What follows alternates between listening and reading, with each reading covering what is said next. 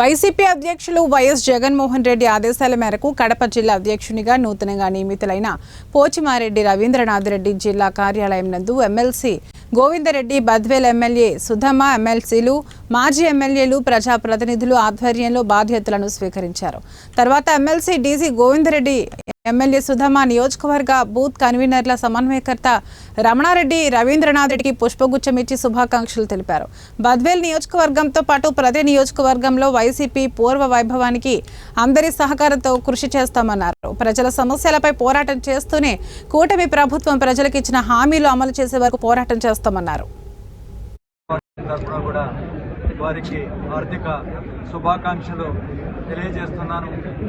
మన జగనన్న మరి అందరినీ కూడా పిలిచి జిల్లాలో ఒక ఏకాభిప్రాయంగా పెద్దలు రవీంద్రనాథ్ రెడ్డి గారిని, అదేవిధంగా మరి అన్నమయ్య జిల్లాకు ఆకేపాటి అమర్నాథ్ రెడ్డి గారిని ఇద్దరిని కూడా జిల్లా అధ్యక్షులుగా నియమించడం, ఎందుకంటే అనుభవజ్ఞులు, అందరితో కూడా కలిసిమెలిసి ఉంటూ పార్టీ